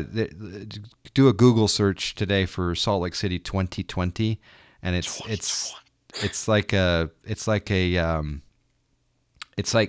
LaGuardia is doing quite a big overhaul, right? Yeah, yeah. But this is huge. The Salt Lake When City did it start? Was it recent? Oh, years ago, a couple years ago, yeah. Wow. Yeah. Pretty In fact, it had started when Mr. X started developing the existing Salt Lake City. So isn't that funny how that works, right? Because yeah. I think it also goes through Andrew's head is, I almost guarantee it because I'm pretty sure I've asked him this, is that, is there construction? I'll be like, have you considered this, Andrew? And he's like, no, they're doing construction on that. No, they're working on a new terminal. And I'm like, but we really want that Raleigh-Durham or something, right? Yeah. And he's, I mean, it makes sense, but that does stink, right? Yeah, I mean, yeah, because there's not enough data.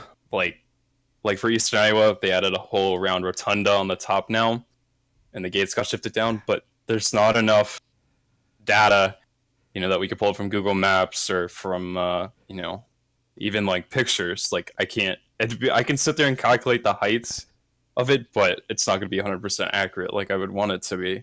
Yeah. Makes sense. And you have to buy new ortho to try and match what it was. Like, I mean, you can sit there in Photoshop and scrape it all out, but if it's a huge update, I'm sure Salt Lake will be, then you're gonna have to pay for the new ortho. So you know what I'm trying? Just came to my mind. I think that when Corpus Christi releases, I think we should do a pilot edge fly-in. It's not covered though, right?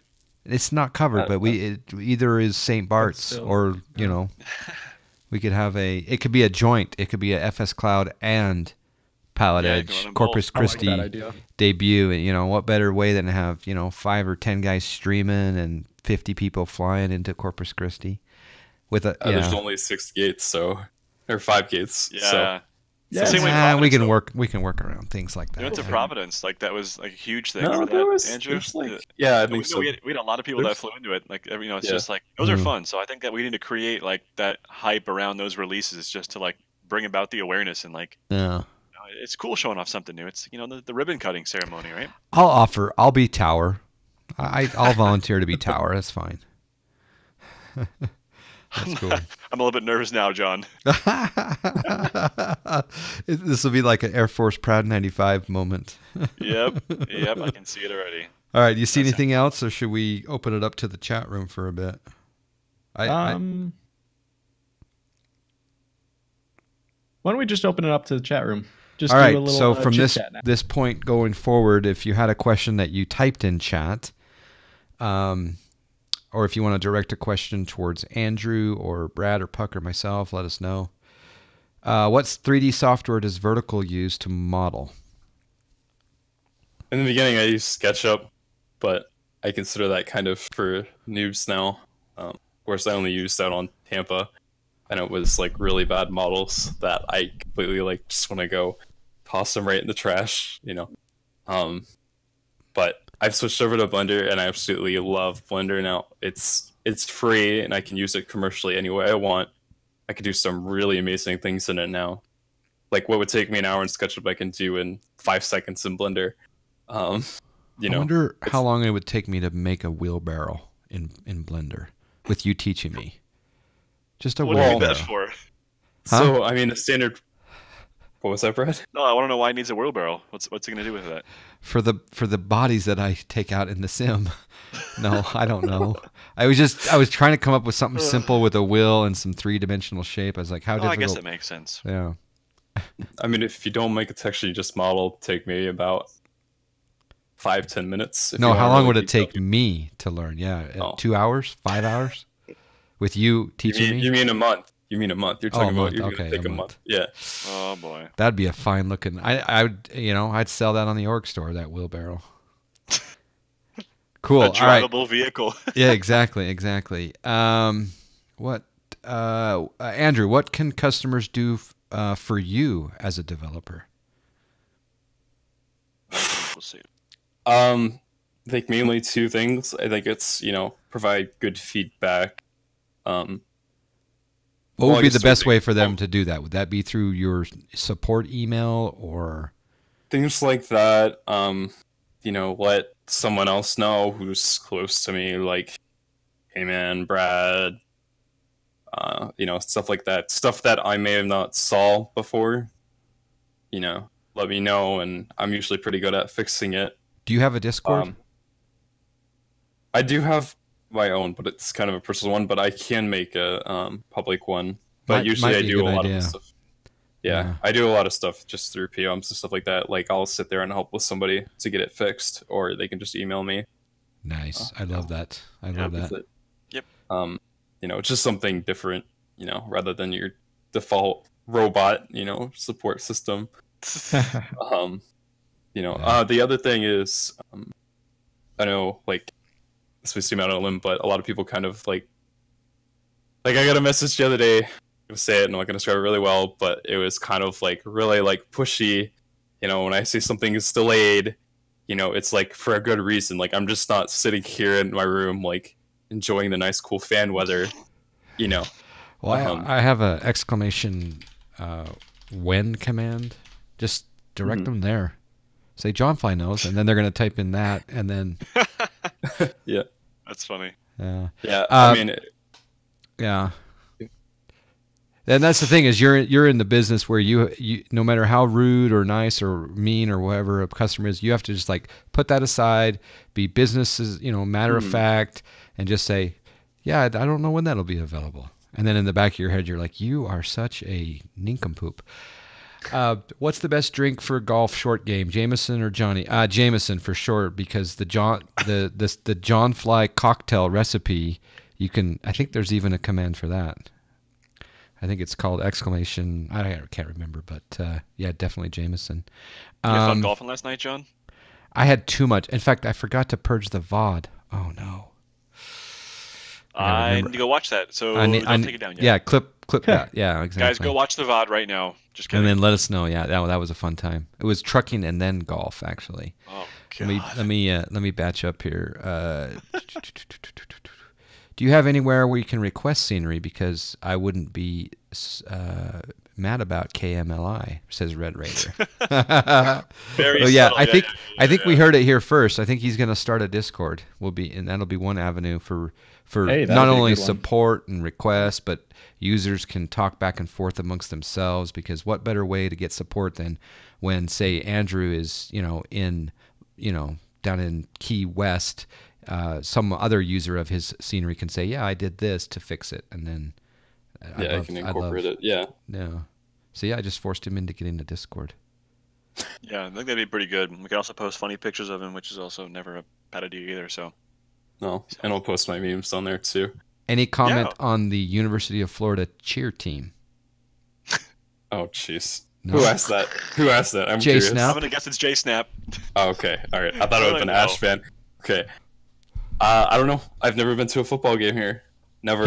He's going to incorporate them into the next terminal. All right. I am sure. Well, I did make a UCF scenery. Nice. Freeware. Nice. So I'm going to code, but I don't think my girlfriend would be too happy about that. Yeah. No.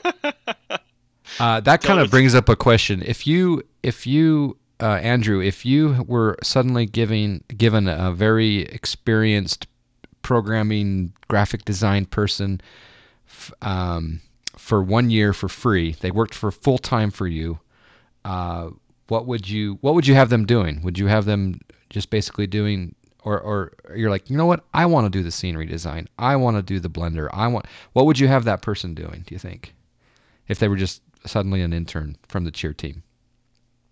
From the cheer team? That they got the abilities. What would you have them be doing? I just threw in the cheer team as a joke. It didn't go over very well. At least the hardest part is what I've seen is doing the texturing of like the models. I think is always the hardest part. But I know that's where I like one of the comments I always get is that my groundwork is just it's next level. And, I've always been an artist. Like I was always the kid in second grade who got stuff into the art show. So, just anything really is what it is. Is some of the That's whatever texturing a little bit monotonous, a little repetitive, or? it can be. Like I said, it just depends on the model and what it is. But making stuff like came in kind of mooning this stuff. I just like to do that to have some fun. Mm. It definitely is really. That's like a fun little thing. You know what I mean? Yeah. It's tasteful too. Tasteful. Yeah. Because I mean, I want to show people like, oh hey, like I'm an actual person, not something that's hiding behind a screen and some weirdo Yeah. hiding out. With bacon periodic symbol signs in the background. Hey Puck, do you see anything in chat? Let me know what you see in chat. Anything? You or Brad? Well, Waffle asked if I was streaming P3D later. I put it in my Discord. Well, no, I mean he added. Selfish question. Here's one for you, Brad, because you fly the IXEG. Well, more than most of us. Richie D asks, took out the IXEG, and it's so buggy. Any news on an IXEG update that'll help with the new X-Plane update?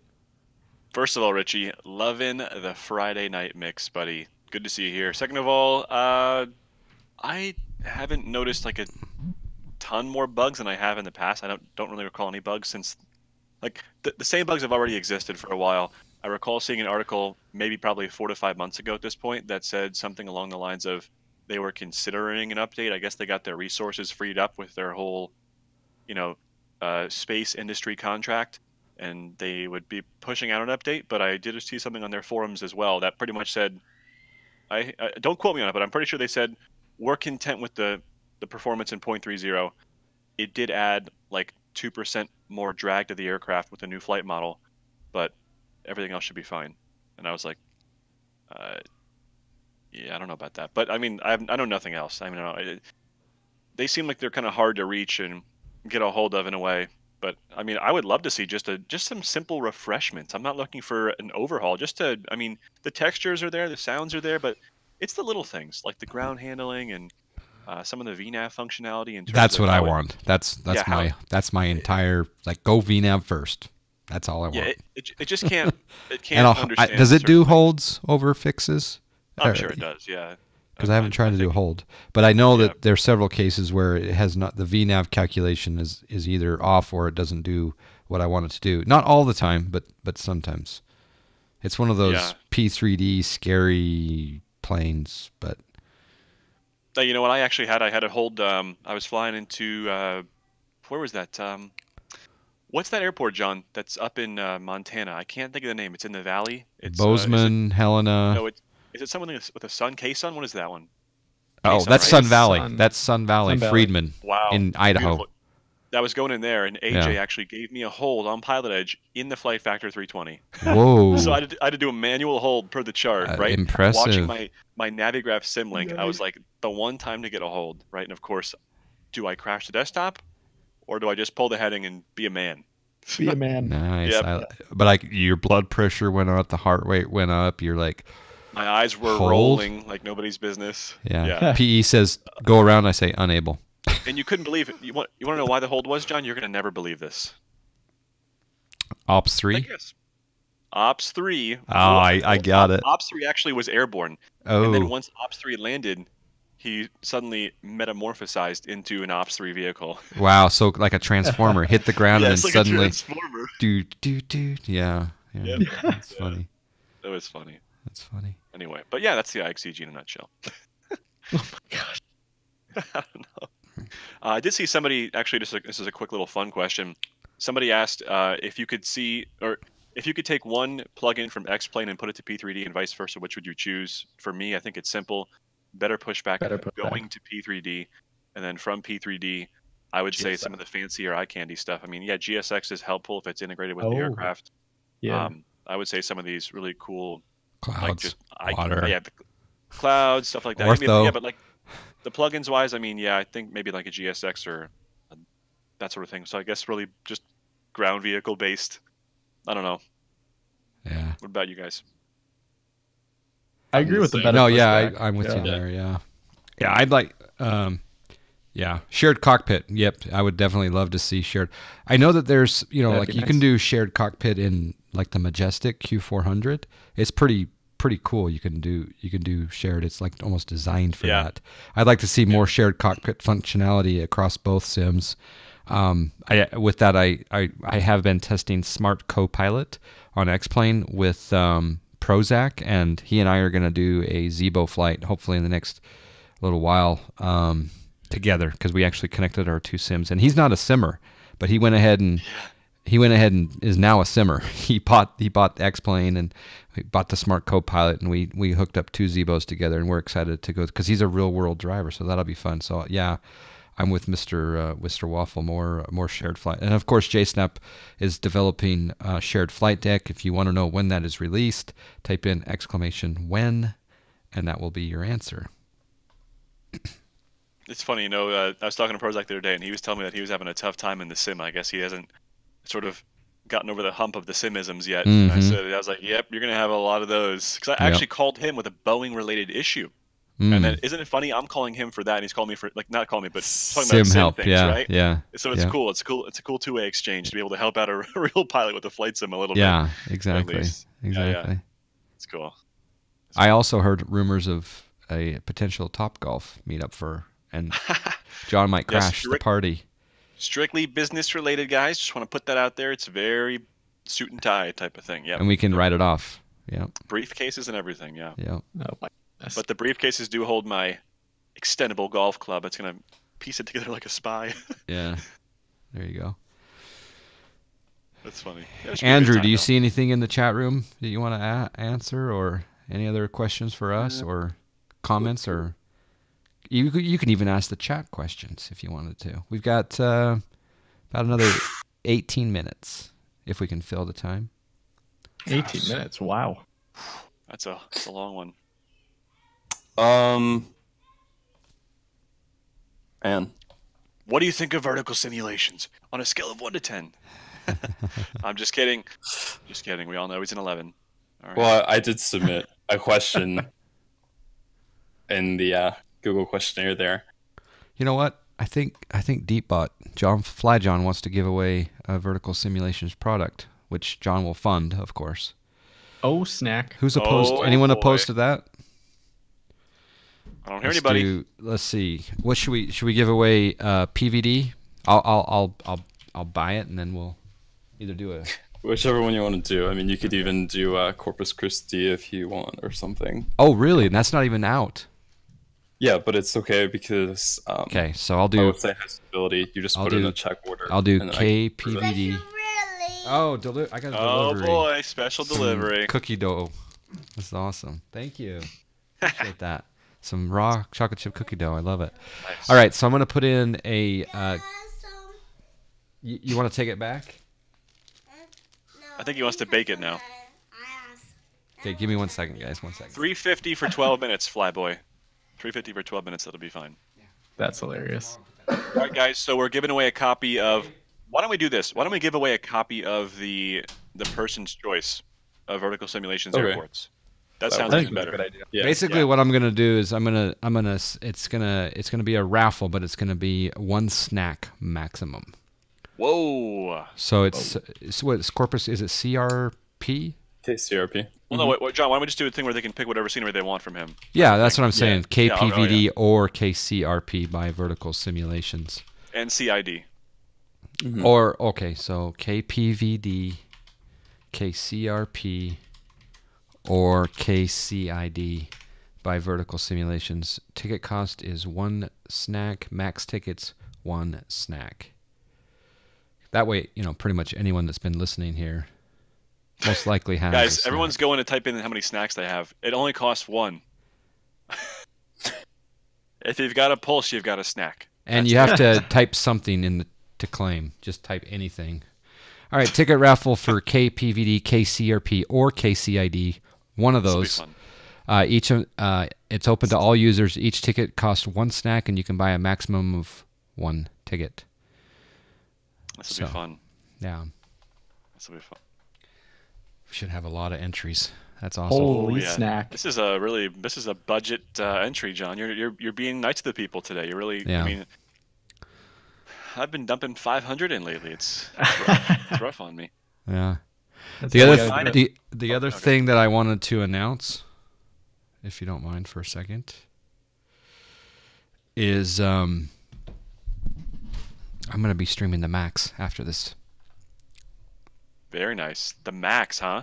Yes, I will The be 738 transitioning. Max. We'll go into a little intermission in between PB&J, and so I can talk to my homies here for a moment, and then we'll come back with the 737 Max. Wow. Now, if you don't mind me asking, like, is this like your first stream with the Max and stuff like that, or how's This is my like... very first stream with the Max. Yep. Wow, that is very cool. That is I've been very beta testing a little bit for a few months, unable to stream it until today. cool. Wow, that is huge. That is huge, guys. I have a feeling it is definitely a whip. It is definitely a work in progress, but yeah, so if you guys want to stay tuned after that. But we got to fill in a few 15 more minutes of questions at least. No, cut right to the Max. Cut right to the Max, yeah. Right Give to the the people Max. what they want. No, we got to do the giveaway. In fact, I got to give people 5 minutes probably to get at least one snack who are new, maybe. I still think it's just so cool that Max is going to be free. I mean, that's like, I don't know. That's kind of groundbreaking. You know what I mean? It just takes Yeah. the Z-boat to a whole new level in a way. It's like it's Yeah. almost an entirely different plane in some regard. Yeah. You know, it's crazy. We do know that PMDG is working on one. Yeah. I believe the 700 will be, in the sometime. So Exclamation PMDG when. is doing a Max. Yes. You're saying? Yep. Interesting. Cool. Yeah, I'm gonna hold off on picking up the NGX right now, just simply because of the fact that I've heard from multiple people just, kind of wait for a bit because it'll be here at some point. But my understanding from at least one person, not sure how totally confirmed this is that it might not be, like a discounted price type of thing, right? Like an extension to the base one currently. It would be entirely separate. Oh, for the reboot. You're talking about yeah, the for reboot version. Yeah, the reboot may be entirely independent. So. Yeah. Wow. I'm very excited for that. Yeah. That would probably get me going into P3 a little bit more. Right now, I'm dabbling with the 777, the Queen of the Skies, and the A2A aircraft. But a reboot might get me a little more. I gotta tell you what, I regular bought than that airline to sim videos. They Uh-huh. are out of this world awesome. Super crazy helpful. Oh, here we go. He's drawing now. Aw. That's beautiful. And he told us that he used to get into his art competitions at school, right, guys? And here we are, 20 years later, and Was you can that- see the quality of work was has that decreased. was that SketchUp or was that Blender that he just showed? All right, we'll do a 2-minute timer left on the giveaway. So 2 minutes now, counting down now. 2 minutes to get in on that Vertical Simulations giveaway. Very nice, Vertical. I really appreciate that. While that's going on, if you could fly one plane for 1 year, what would you choose? Oh gosh, In Zebo. real life or sim? Sorry. Yeah, Zebo. Oh, fork. That's so tough. Wow. That's almost like a sentence. Not even like a look forward to it. It's Almost like a punishment. Yeah. yeah, the whole year. Like, ugh, Oh man. I don't even know, man. Do we get updates? Yes. Good question. Okay. We get updates. Yeah, I might just say 757. 757. I'm gonna go TBM. Interesting. I'm gonna go TBM. TBM. Yeah. It's a good choice. I was debating between Zebo and TBM. Andrew, what about you? What do you fly? I play mostly everything. I'm a huge fan of Pipers. I love Pipers. You have the Just Systems Flight are right. Pipers. Mhm. Nice. Right now I'm training on a 152, so that's fun. And it's also a little bit of a death trap, but I've kerplunked a 152 in the real world. It had much less ground effect than a Piper PA-28. I flew mostly a PA-28 in the real world, and when I went on a couple of patterns in the 152, man, it was just like, boom! There was no ground effect compared to the Piper. Plus, what is it? When your instructor is 220 pounds, that doesn't help either. Oh, there's a new Yeah. emote. There is a new emote. Yes. That looks. He is very happy about that. That looks like a Oh my creature. goodness. That is awesome. I got it on It's a black. I creature got it from on. New York City. It looks. I got it on a black background. It looks like Nico That's on top of Chewie. Wow. What? It's like Chewbacca in the I black think background. that came out wrong. Wow. Yeah. How you doing, Oh, the Nico? raffle's closed. Yeah, Raffle's closed. What's up, Nico? Oh, Vert. What'd you do? He got timed out. Vertical, dude. I want to give you a one-time warning. Stop posting links, please. Come on. Chat link Oh, free, he got a hot 300 actually. All right, let's do Hot this. 300. Oh, Let's do Yikes. this. Smoked him. All right, Got so him. you must claim this by typing anything within a minute or two. Here we go. Good luck, everyone. I know you spent a lot of snacks for this. Here we go. Huge snack. Dudes, are you ready? Here we go. In 3, 2, 1. P-claps. Yes! Go! Oh. Yes! Yes! Yes! Freedom!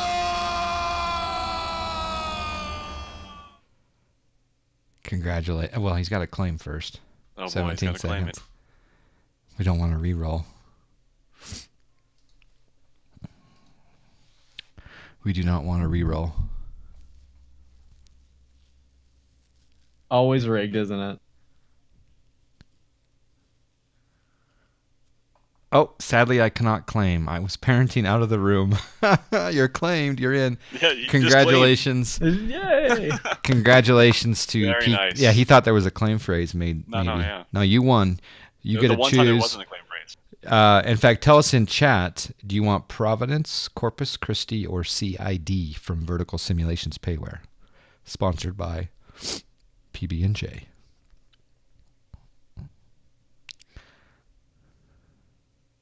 Waiting. I think if I'd go with one, I'd probably just go with Providence right now. That's just, I mean, such a hot spot. Like, it's in such a great area. Like, so many great airports nearby to fly to and from. What's the third choice? It's is it Cedar Rapids? Eastern Iowa? Yeah. Eastern Iowa, Cedar Rapids, yeah. Or Providence. Or Providence or Corpus Christi, Corpus Christi, which... Texas. Corpus he'd like. There you go. Very Congratulations, P. Very nice. I will be in Excellent. touch with you regarding that fulfillment, and Andrew, I'll be in touch with you on how I help him fulfill that fulfillment. I Excellent. think there'll be some monetary exchange here. We got to support the man, the myth, the legend. Any other last questions, guys, from the chat or from the list? Anything else? Anything, Puck, you want to add? Or I have not seen anything. I'll leave it up to you guys for the last question. I have not seen too much either, I can't admit. Very nice. Well, let's see. With that, I'll go ahead and say thank you to Andrew for being our first guest, and appreciate you spending your time with us here on a Sunday. What did you think of your first show appearance? Was the salary enough? I mean, I say the interview went pretty well. If it was for a job application, you know. You're Brad, hired. of course, messaged me at 12 o'clock last night. He's like, "But are you ready for tomorrow?" And I'm like, I also messaged him today. Today at 8 a.m. I said, "Dude, we're going live now. Let's go. Where are you?" At 8 a.m. I got him all worked up. It was good. Oh, man. Yeah, it was fun. Yeah. Who's But the yeah, next thanks guest, for St. having me. Wolfric? Yeah, thank you very much. Again, Vertical, what website can they go to? They can go to the org store, obviously, to buy your product. Coming soon at Discord. What other social media outlets can they find you? I'm on Facebook as well, where you can go under my forum username. I post, everything that I can always on there, latest development stuff, Very nice. and some funny stuff. Like yesterday, the other day I posted me cooking hot dogs, and it was like I was working on pork-based rendering, so Appropriate. Oh, Very, boy. very appropriate. So- I like it. Good. That's good. Well, thanks All right. again for being here. Yeah. Thank It's you, awesome. Brad and Puck. Episode 6 coming soon. Coming soon to a stream near you. I don't think we have a date just yet, guys. We'll get that ironed out behind the scenes, and then we'll publish it out through the normal outlets once we have something in sight. Sounds But good. the next stream will be on your channel, correct, Brad? Yes, next stream will be taking place on mine, which would probably be taking place on a Wednesday evening, it sounds like. Yeah, it's as either opposed to the Wednesday or Sunday Sunday, time. depending on Yeah, our either one, schedules. yeah. Yep. True, very true, I guess. But we'll Very coordinate true. that. And Amaranth will be the guest of the next Wow. show. Yeah. Very nice. Someone was Very asking nice. who the next one is, but anyway, So thank you John guys. I Yeah. was going to say, yeah, John's streaming the 738 next, guys, so stop by for that. I know Puck is streaming P3D in a little bit, and then I'm doing the same thing later tonight, so you can see. If you didn't get enough of us already, of course, Andrew, we're losing him, but all three of us will be back later today with our respective streams. So Yeah, I'll probably go Stay tuned. for like an hour or two maybe at most in the 737 Max. So stay tuned. I am going to put up the intermission. Thank you guys. Appreciate it. Everyone say goodbye. bye-bye. Goodbye, Thanks for stopping everyone. by, tuning in. We'll see you. See ya. Take care.